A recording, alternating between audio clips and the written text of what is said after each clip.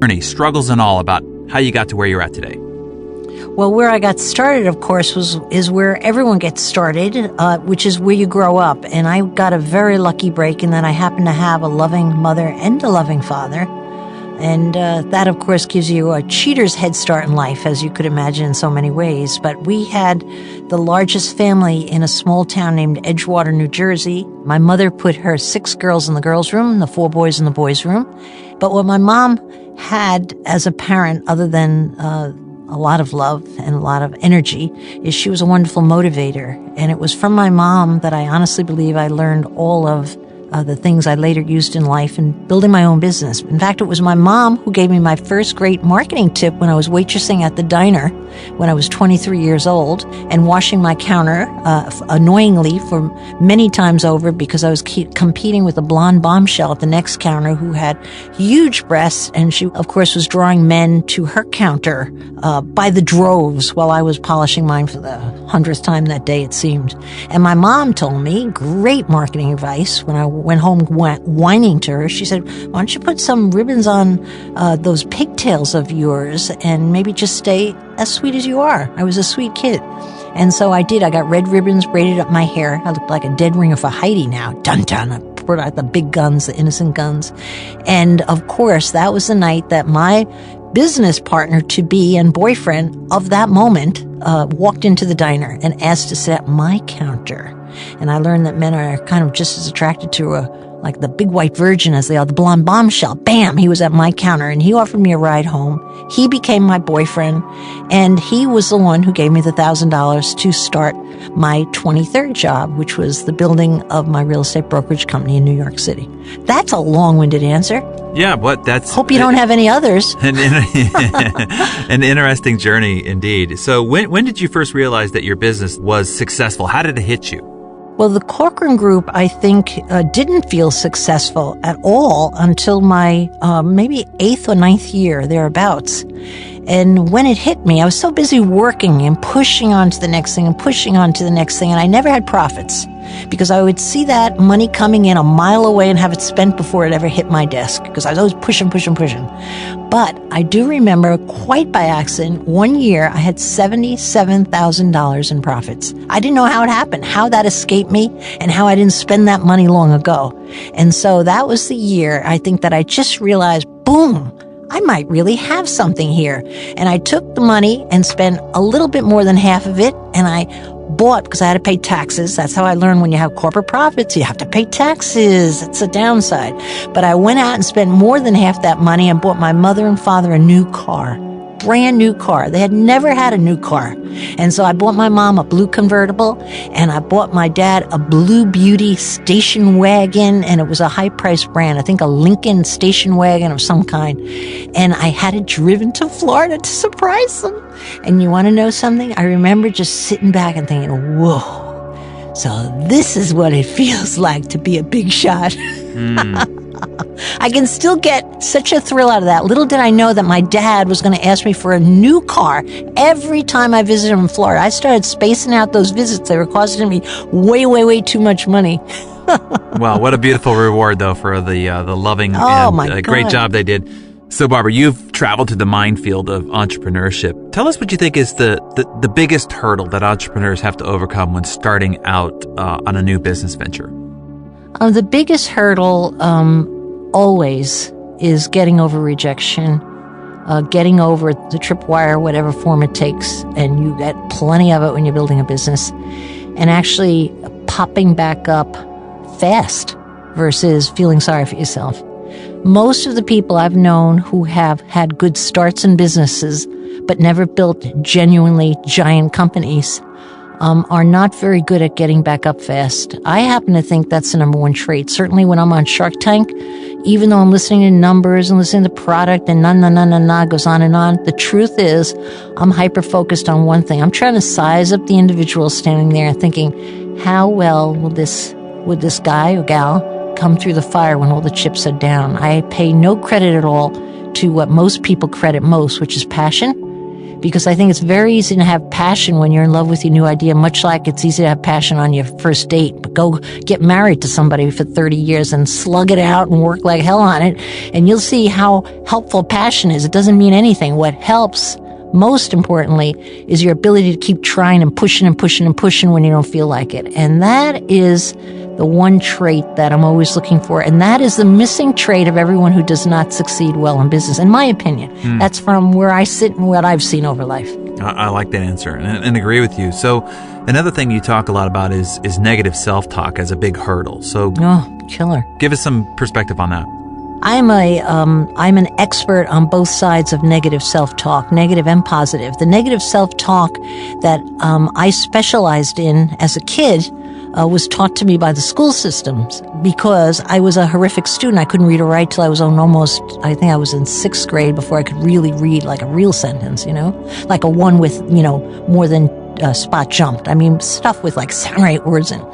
So for me, the negative self-talk that I still battle with, I'm annoyed with myself that I would even pay attention, is this whole sense of fear of failing and fear of being perceived as stupid, because I was clearly labeled as stupid, and rightfully so, based on, the narrow definition of what is a smart kid. If you can't read or write, you're usually written off as dumb. There's all kinds of smarts we all know. But so I've had to battle that haunting voice in my head my whole life. But let me tell you something. There's only 2 things you could do with really negative self-talk. You could either listen to it or try to shelter yourself as best you can, or you could set out to prove it wrong. And that's really the tact I took. I'm like on one giant longer journey to this day. It's stupid. I should let it go. I know I'm not stupid. I can tell you that mentally, but put me in a situation where I think someone's talking down to me or ignoring me or writing me off subtly as this or that, I turn into an animal to prove how smart and how capable I am. So, I have learned to replace a lot of that talk with an alternate talk, which has gotten me through more doors and been more responsible for building my business than anything else. And that is this kind of positive self-talk, a little fueled by anger too, is like, you know what? I have the right to be here. I have the right to be here just as much as you.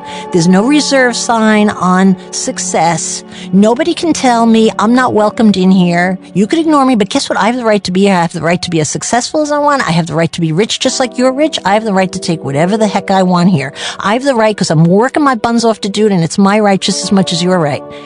And I have to get myself going like that often, even still, to get through a door that I don't really want to go through.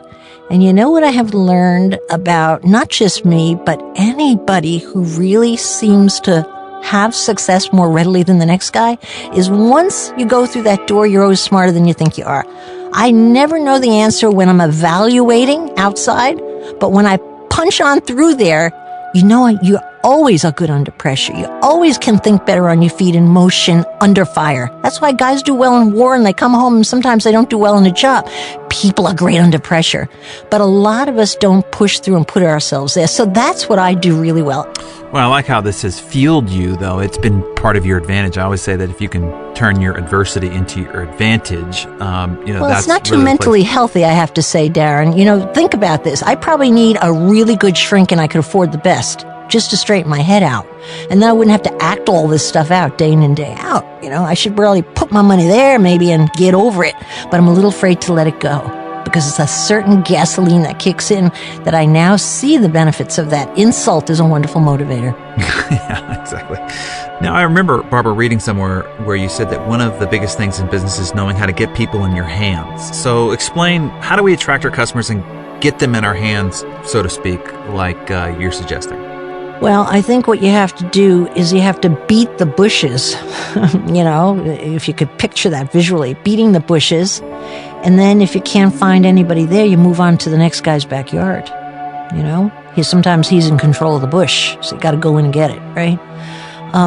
But I think one of the most interesting exercises for any young person in business, and it's the first thing I do with every business I buy in on Shark Tanks, I sit down and have them tell me on a long list. I know it sounds kind of rudimentary, but if I haven't found a better replacement, I have them write down every single customer they ever got, okay, and where it originated from, online, through a social contact, through their local church, from a trade show, okay? And if they had a big box store on that, I make them really sit down and remember how they got that contact. Oh, yeah, Joe called me in because he read the article in Success magazine. And I got that guy interviewing me at Success because I knew that guy, blah, blah, blah. I have them track down, way down to the point of origination. And why do I do that?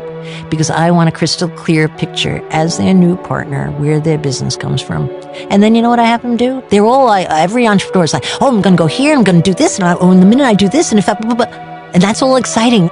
So what I have them do is give me a crystal clear picture, and to themselves, they're always surprised. They're shocked at where the business comes from. And then say, okay, the first thing we're going to do is let's do more of the first, second, and third thing that produced most of your business. Because everybody has a one-on-one contact at the inception of their business. And it is usually the key to what's going to work probably best for the next 5 years. You know that? If you just go back and analyze it and figure out how you can do more of it.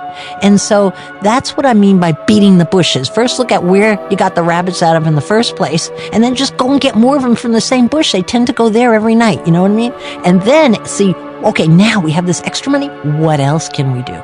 Yeah, the past has a great clue about the forecast of the future. Let me ask you this. One of your many secrets to success when you ran your group was to create this illusion of popularity, as you call it. So explain first how you went about doing this and why it's important for business. And I've even seen where you talk about being quoted as an expert, even at a time when you and your company wasn't at the top of your business and sales weren't phenomenal. So talk to us about this illusion of popularity and how to create it.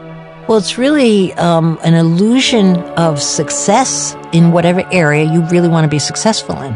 I could give you so many examples, and to broadcast it before it actually happens. So, for example, my first commission check rental, which was $340, and I had spent down some of the $1,000 I originally had. I immediately blew it on the fanciest coat I could get my hands on at Bergdorf Goodman. Okay, it makes no business sense, most people would say. If I had a Harvard MBA, sure as hell, they wouldn't say that's a good idea. But you want to know, I put on that rat-haired coat with those real Chinese buttons and the rat-hair collar and swung down around my ankles. And man, that herringbone print, I was, whoa, baby, get out of my way. And so, was that a good investment? Of course it was. I looked the part. I probably looked terrible, but I felt the part. Very important. So I looked like a fancy lady, even though it covered up ugly outfits. But guess what? I felt like a fancy lady. That counted. I remember when I sat down and wrote my Cochrane report, which was, listen to this byline, a statistical analysis of conditions and trends in the New York City marketplace. And what was it really? It was one number printed in the beginning. In the middle of the page was 54,000 and change. And it was and I typed myself right next to it, average New York City apartment price. What was it based on? My 11 sales for the year. That was it. And you want to know something? 2 weeks hence, I opened up the front page of the real estate section of the New York Times, and the giant headline was, New York City prices hit all-time low. And then the first line, according to Barbara Corcoran of the Cochrane Group. I knew it was that Catholic miracle my mother had always talked about. Bam, there it was in black and white. And you want to know, that was the day I realized that the New York Times was my new business partner. And every other periodical out there, the Wall Street Journal, anybody who had weight, I was going to churn out reports for the rest of my life. That's how I got Richard Gere as my first celebrity client, because I wanted to be a celebrity broker and didn't have any. So I published a Madonna report on what Madonna would be looking for because she was pregnant with her first child. And I put out the usual stuff, well, there was no usual stuff. Anybody could have written the darn thing, she needed a doorman. Why? Because she had fans. She needed a fancy apartment. Why? Because she was loaded, that babe. That kind of stuff. And what did I get? I didn't get Madonna. That would have been a great story. But I got Richard Gere. His agent called me because I looked like I was a celebrity broker. And I was on 3 different news channels. That same week, that report got published. And the last guy introduced me as celebrity broker Barbara Corcoran. I was going to correct him. I knew it was a lie. But I didn't say it. He said it. So I let the guy roll. What the heck? So everything I wanted to be, I published something on, threw it out there, and guess what? They all happened. Every single thing happened, and yet people in business think you have to earn the right to be heard. I believe This is a publicity world. It's about media. All business is about media. If you think you're independent of media, you're nuts. You're not in business. So by putting out all kinds of reports and things like that for free, by the way, cheaper than advertising, you know what you have? You have the power of a third-party endorsement. Everybody believes you. They might not believe the advertisement, you're right, but they're going to believe it when you're quoted all over the place. And that's how I became the voice of the New York City real estate market when I was a nobody with tattered soldiers, and I was the envy of my competitors that were 100 times bigger than me. Why? Because they were smart enough to realize they were in trouble. Because if you steal the limelight, you steal the market share. And that's exactly what I did over the years by publishing these reports. You steal the limelight, you steal the market share. I like that line. So let's talk about leadership real quick. You were a leader to hundreds, even thousands of people in your businesses at one point. Now you're leading and developing other entrepreneurs. Describe your leadership style for us and what you feel is the most important tool for a leader. Well, you know what? I don't know what the most important tool is, because I think you have to have a style that suits your personality, because it's hard to fake anything. People are smarter than you think and they see through it. That's what I think, okay? So I just really, my own style was, I don't know what my style is. I'm a hard worker. So I led by example. I worked my buns off day in and day out. So I set the example of hard work. That's very influential. You don't have to lecture on that one. People see the boss burning the lights. They kind of feel guilty when they're closing the lights early. You know what I mean? You don't even have to say a word, okay? I think I was inspirational as a leader because I really, truly believed in the ability of each of the people that I associated with, or I wouldn't have them with me. Then the other piece of a style of leadership, which I think everybody needs, but I don't know if people are comfortable with it, is making sure you have a culture that is fun. Because the one thing that is so sorely lacking in all business today, and the bigger the business, the more it's lacking from what I observe, is having fun. And so what I got from my dad, which I didn't mention before, he was my mother's 11th child, but on top of that, his wonderful trait was he knew how to have fun. So I always had bizarre fun in my company all the time. I probably spent a third of my time inventing stupid things to have fun with. You know why? Because I wanted to have fun. I wanted to have a happy family. And the way I soon learned it played out is I became an instant recruiter because my salespeople sold my business to my competitive salespeople. And why would they want to be at this company for the same commission splits, the same big ads, same old, when they come to my place, get all that and have a ball? You know, we had massage therapists on Tuesdays and Thursdays, shoe shine guys on what day did we have them? Monday, I think. I'm not sure, whatever. Okay. But we had an office that ran more like a spa, fun events. You know, my very first fun event was the Harlem bus ride, but I didn't tell anybody where I was taking them. I just told them to dress in their fanciest outfit and wear their fanciest jewelry. I think I had 11 people at the time at the company. We were tiny, and they came down to an open-air bus where they sat on the top. They didn't know where they were going. They were so excited. And I said, we're going to Harlem, when Harlem was the scariest place in the world. I had one black salesperson with me at the time working at the Corcoran Group, V. Wilson, and to hear her still tell the story, we laugh ourselves. Well, I was going to say something else. Well, we laugh ourselves silly. You know why? She said when the bus driver left that bus, because, you know, I had set it up to say it's broken down, he had to make a phone call, people almost died. Okay, we were on 145th Street on the west side. So V. Wilson always says, when that bus driver left that bus, I felt like, what did she say, a Maytag pole with 8 white women clinging to me. Yeah. We still laugh about it, you know what I mean? So what did we create that night by accident? I was just trying to think of how I could get a cheap, fun thing and play a spoof on everybody. But you know what we got? We got a company culture. And people started talking about, were you on the bus ride? Were you on the Harlem bus? Did you go to Harlem? It became folklore. And so I realized, boy, the power of that. And you know what else I remember so distinctly that night? I had Norma Hirsch and Esther Kaplan on that bus. They were my 2 best salespeople. They did not like each other. And you want to know? That was the night they decided they were okay with each other. Because they're scared together, laughing together, sitting together. And so I even made a team of the Queen Bees. In real estate, it's a hard thing to do. And so if you get people to laugh together, they play together. If they play together, they like each other. They see each other in a different light. And you know what you get? You get a team. And there's nothing more powerful than a team. Anybody, any leadership style will tell you, you get a team knitted together at the hips, running in the same direction. There's nothing that's going to stop you. Nothing. You can't. It's like having the winning football team coming through the line, So I really played that fun card up and down the pike my entire career. Sounds fun. Final question for you today, Barbara. Give us your very best piece of advice for an entrepreneur, young or old, who's starting their business from scratch like you did. They've got the passion. You've assessed that they've got good judgment, that they're going to be persistent. Would be the one thing that you would tell them in getting started? Well, you know what? This question is asked very often, and there's never one thing, as you could imagine. There are many things, and we addressed some of it earlier. But what's hitting my mind right now, because I like to think on my feet and come up with something new, and though legitimate, I would say don't waste a minute. Don't waste a minute. If you have the inkling that you want to be your own boss, and you have this dream, whether people are telling you it's stupid or not, if you really feel you want to do it, my God, do it and do it fast. And the reason for that is it's not even important whether you succeed or not, in my book anyway, whether you succeed or not. Many people have many jobs and attempts before succeeding. Look at me, my God, I had so many I got fired from. I should have just rolled up the carpet and gone home and cried all night, right? But I think what is important is that you don't ever have to look at yourself or hide from yourself and say, I wish I should have, could have. I wish I should. I wonder what would have happened if I had. I have to tell you something. I've never met an entrepreneur, successful or unsuccessful, who failed